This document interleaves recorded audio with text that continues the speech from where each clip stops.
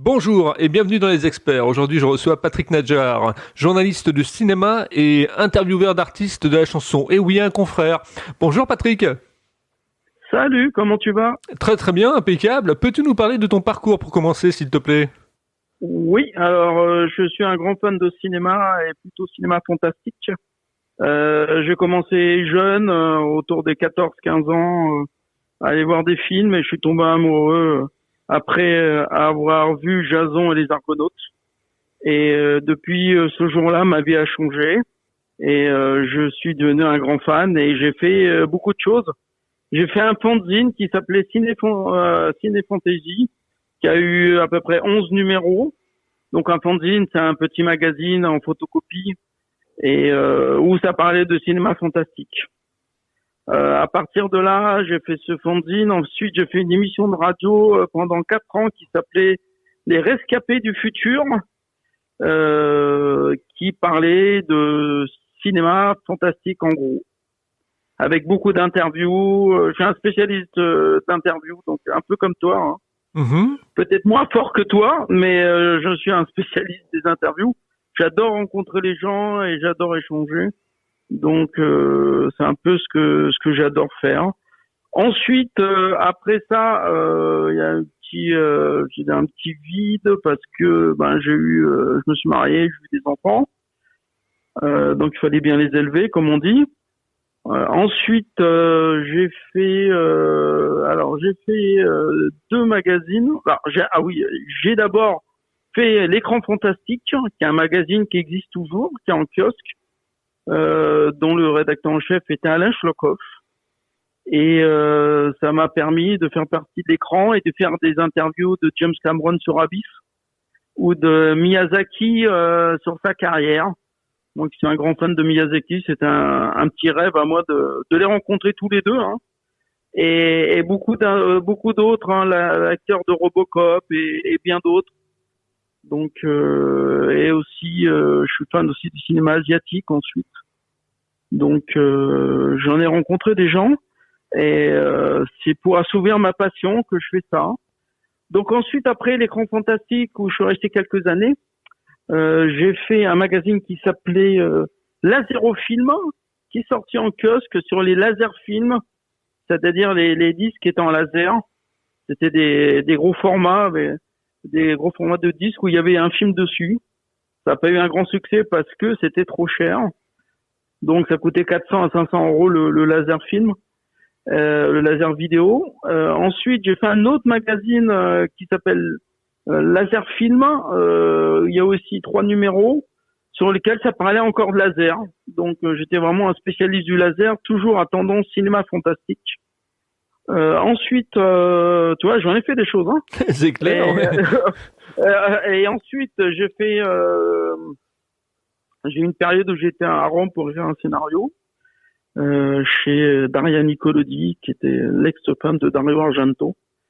Et je suis revenu et j'ai fait Axan Film, qui est une compagnie vidéo en 1992-93, où on a sorti 50 cassettes, pas mal de films d'horreur et pas mal de films dérangeants entre guillemets.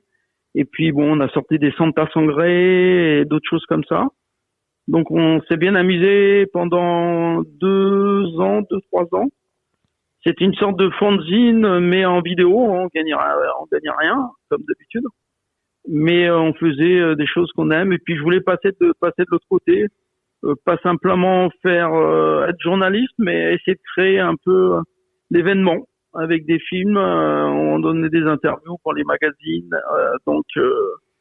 Voilà, ça a été une belle période aussi. On a été un peu précurseur des films un peu destroy, comme on dit, et qui a donné après d'autres compagnies vidéo beaucoup plus tard, ou à l'époque où le DVD apparaissait, nous on était à la cassette.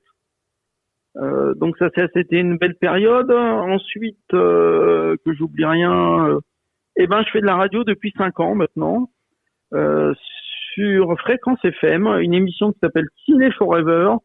On en est à la 147e émission. Et c'est une émission sur le cinéma, évidemment, et beaucoup portée sur le cinéma de genre. Et je fais également, comme je suis un spécialiste d'interview, je fais aussi des interviews d'artistes de musique, toujours pour Fréquence FM, et depuis 4 ans. Donc voilà un peu ma carrière, je dirais, de fan. Bah dis donc, quelle carrière, hein. T'en as fait des choses. Je me rappelle, moi, à une époque, il y avait le magazine Vidéo 7. Je sais pas si tu te rappelles de ce magazine. Oui, bien sûr, bien sûr. Toi qui es Bien sûr, fan je me rappelle. de cinéma, t'as jamais voulu effectivement participer à ce magazine? Oh, ça s'est pas fait, c'est tout. Mais bon, voilà. Ah oui, si, j'avais fait un autre magazine aussi pendant l'époque de l'écran fantastique, un magazine qui s'appelait Toxic, qui était sur les films gore. Donc voilà, j'aime bien défendre les films un peu difficiles à défendre, mais voilà, j'aime bien les films qui sont dérangeants peut-être. Même Qu'est-ce qui si t'a je suis un grand fan. Oui, vas-y, vas-y. qu'est-ce qui t'a donné envie de faire d'être journaliste de cinéma quels ont été tes mentors en fait, hein? Bah, j'ai voulu faire du journalisme parce que j'étais un fan de cinéma, tout simplement. Et voilà, j'ai pas eu vraiment de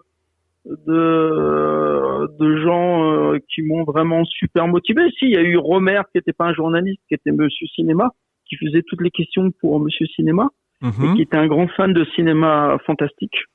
Et des gens comme ça, voilà, en gros, et d'autres personnes certainement, mais le milieu étant très très petit. Donc les uns, il y avait des amis à moi qui faisaient aussi des fanzines. Donc voilà, c'était une période où tout le monde faisait son fanzine et ensuite on a tous terminé plus ou moins dans des grands magazines ou autres.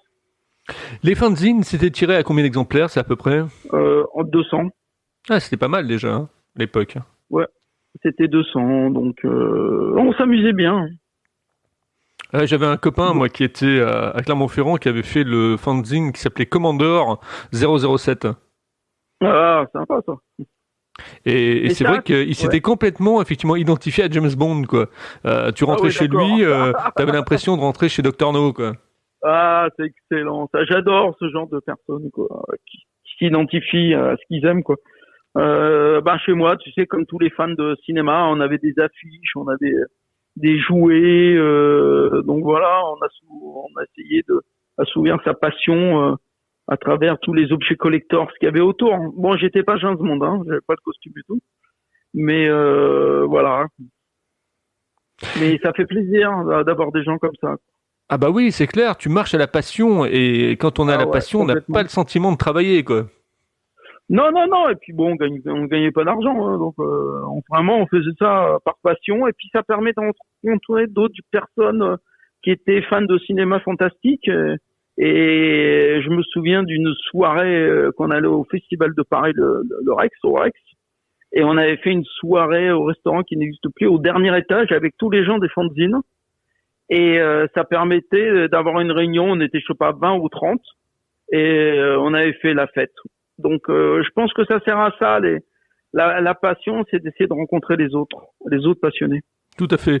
Alors toi qui es un homme très occupé, plante-nous un petit peu ta journée type, c'est-à-dire effectivement raconte-nous du matin jusqu'au soir comment ta journée se décompose.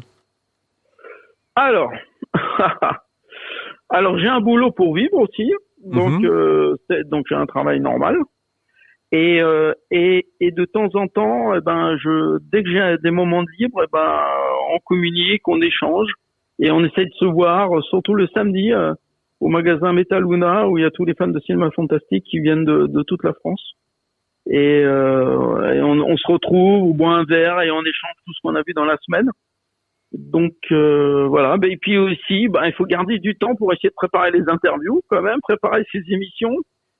Tout organisé avec l'invité, ses photos, son CV et c'est les musiques qu'il aime. Donc mon emploi du temps, en gros, c'est ça, c'est le travail et dès que c'est fini, je fais toutes mes passions, tout ce que j'aime.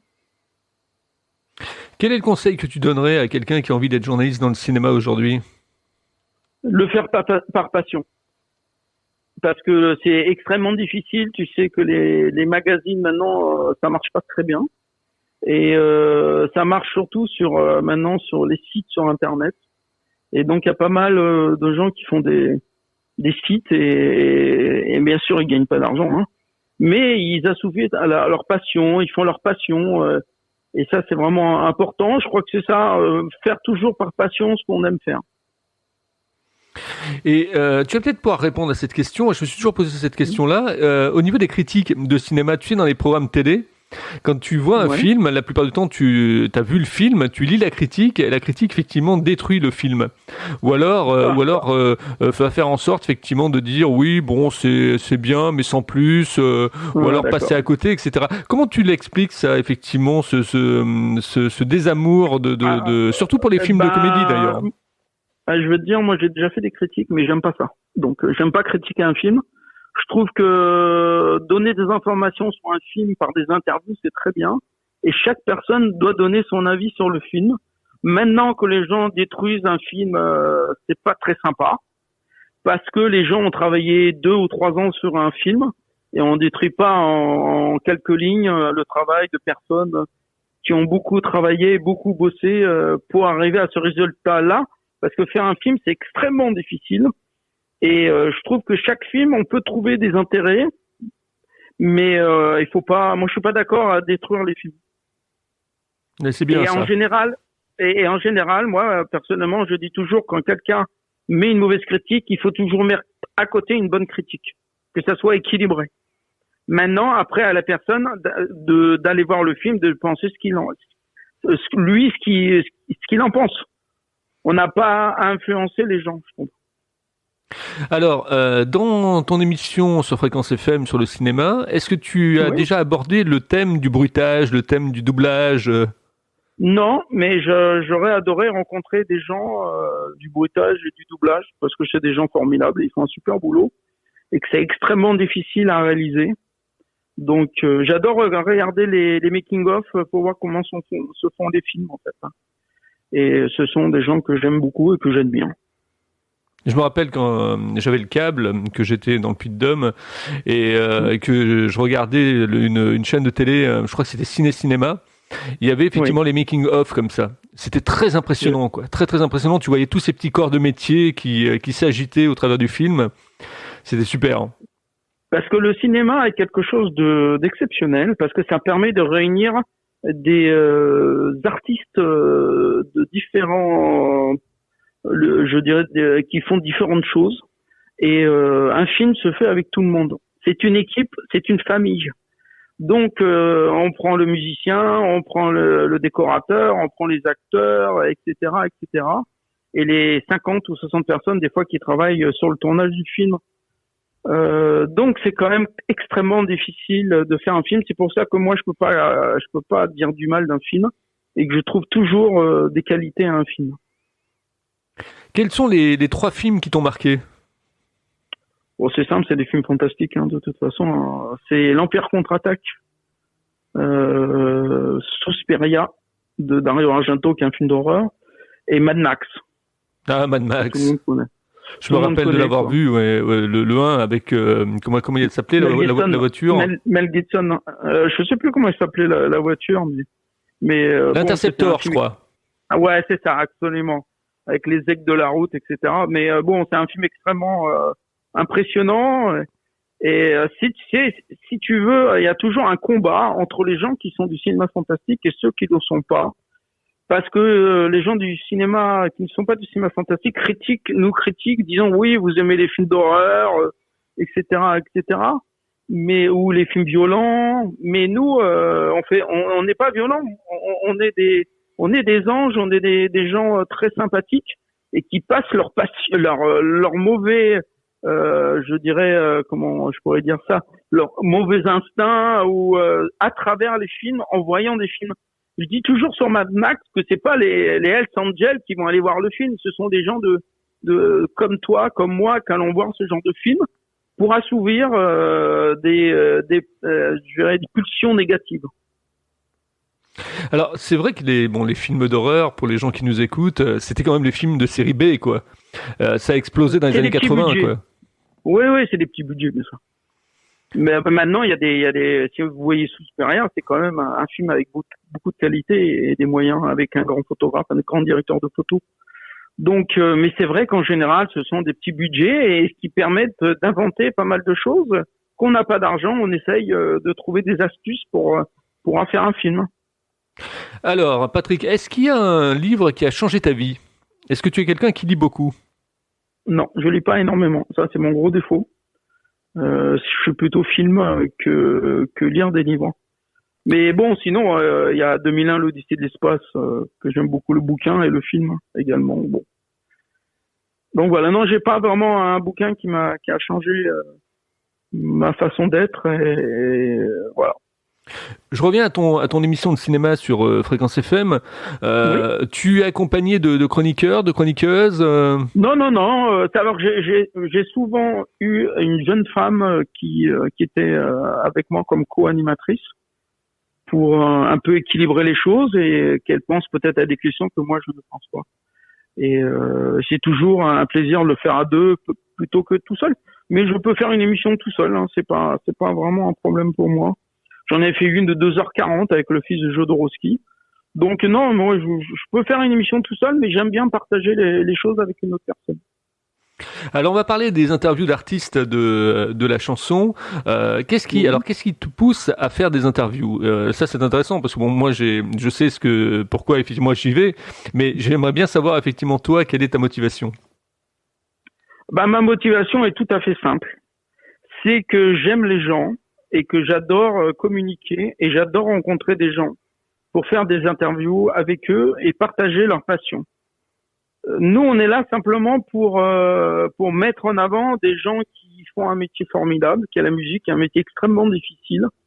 Et on est là pour les aider, pour communiquer ce qu'ils ont à dire. C'est pour ça que j'aime faire des interviews, rencontrer des gens. Comme je dis souvent, on est des passeurs en fait. Hein. Oh, tout à fait. On n'est que des passeurs. Hein. Moi, je dis toujours, nous, on n'est pas les vedettes. Hein. Nous, on est des simples journalistes qui mettent en avant des artistes, des vedettes. Alors maintenant, je vais te poser la question, effectivement, qui est le marqueur de cette émission, Les Experts, qui intéresse beaucoup l'audience, effectivement, les gens qui t'écoutent. Tout à fait. C'est comment tu trouves ma façon d'interviewer les gens. Voilà, ça les amuse. Eh ben moi, je trouve que tu sais très bien interviewer les gens. Je suis une personne qui fait des interviews, donc je sais de quoi je parle. Et tu as une façon de faire qui est extrêmement agréable et qui permet de faire une très belle interview. Merci pour la réponse. Au niveau de ton émission de cinéma, si demain on te proposait sur une grosse tête de réseau radio, alors je parle effectivement RTL ou je pense effectivement à une radio périphérique comme Europe 1, qui va un petit peu mal, mais bon, à force, elle va peut-être arriver à se redresser. Qu'est-ce que tu aimerais faire comme émission de cinéma? Toujours, hein, moi je suis un spécialiste des interviews, une émission avec des interviews, avec des artistes qu'on fait des interviews. Et qu'on découvre ce qu'ils ont, comment ils ont réalisé leur film ou comment ils jouent et les secrets, etc. Et grâce à des gens comme toi, bien justement, on rentre de plein pied dans le monde du cinéma, dans le monde de tous ces petits métiers artisanaux, bruiteurs, acteurs, réalisateurs, caméramans. Et ça, c'est génial, décorateur. Scénariste, tout ça. En fait, il y a beaucoup de métiers dans le cinéma. C'est ça qu'il faut savoir. C'est-à-dire que certaines personnes vont voir un film, mais derrière, il y a beaucoup de métiers donc qui participent au film. Et ça, c'est très important. Alors, ma dernière question... Il y a une belle, il y a une belle anecdote. Oui, vas-y pour l'anecdote, ouais. L'anecdote, c'est sur La Guerre des Étoiles. Le film est passé aux États-Unis en avant-première avec d'autres personnes, avec des réalisateurs et tout ça. Et il n'y avait pas la musique de John Williams dessus. Et ils ont tous trouvé le film nul. Ensuite, on sait ce que c'est devenu. Star Wars est sorti avec la musique de John Williams et c'est devenu un des grands classiques du cinéma fantastique et un des grands succès de l'histoire du cinéma. Et c'est l'importance de chaque détail. C'est vrai qu'il y a une philosophie dans ce film-là. Le bien, le mal. Si tu vas un petit peu plus loin dans l'histoire, c'est très philosophique. Oui, tout à fait. Et puis, attends, c'est inspiré de certains films des années 30 aussi, hein. Flash Gordon et d'autres choses. Hein. Ah, Flash Gordon, je me rappelle. Ça, donc, avec la musique. En fait, oui, la musique. Et puis, Georges Lucas, à l'époque, voulait racheter des droits de Flash Gordon, mais c'était trop cher. Et puis d'autres choses. Hein. Il s'est inspiré aussi de dessinateurs français, tout le monde le sait. Donc bon, voilà, il s'est inspiré pas mal de choses. Hein. Si ma mémoire est bonne, Flash Gordon, la musique, c'est Queen? Oui, c'était c'était la dernière version de Flash. Pardon. Le fameux pam pam pam pam pam pam pam Flash Gordon. Absolument, la fameuse musique des Queen. Et ça donne un film très kitsch, mais que j'adore personnellement. Ah bah oui, tout à fait, oui. Moi, je me souviens dans les films de science-fiction d'un film qui m'avait énormément marqué, c'était Planète Interdite. Ah, j'adore ce film. Je suis un grand fan de ce film-là, et puis la plupart des fans de cinéma de science-fiction adorent ce film. Donc, Forbidden Planet est un film remarquable, un film avec des effets spéciaux. Je crois que c'est un film qui date des années 50, hein, et entre 50 et 60, et les effets spéciaux sont formidables hein, pour un film de cette époque. Et voilà, c'est un grand classique du cinéma de science-fiction. Et puis bien sûr, bon, c'est peut-être pas du cinéma, c'est plus de la radio, c'est Orson Welles, La Guerre des Mondes. Bien sûr, oui, évidemment. Le génie, Orson Welles. C'est clair. Bon, en tout cas, Patrick, on aura passé un bon moment ensemble, 21 minutes, à parler de cinéma, de ta passion du cinéma, de radio, d'interviews, d'artistes, de la chanson. Ça a été que du bonheur de t'avoir. Pour effectivement continuer la discussion avec toi, comment les gens peuvent faire? Ils peuvent te retrouver sur les réseaux sociaux? Comment la passerelle se fait? Oui, bah de toute façon, je suis sur Facebook. Hein, ils peuvent communiquer avec moi, il n'y a pas de problème. Hein. Par l'intermédiaire de Messenger. Moi, je suis ouvert à tout échange avec qui que ce soit, parce que chaque personne apporte quelque chose de très intéressant à une discussion.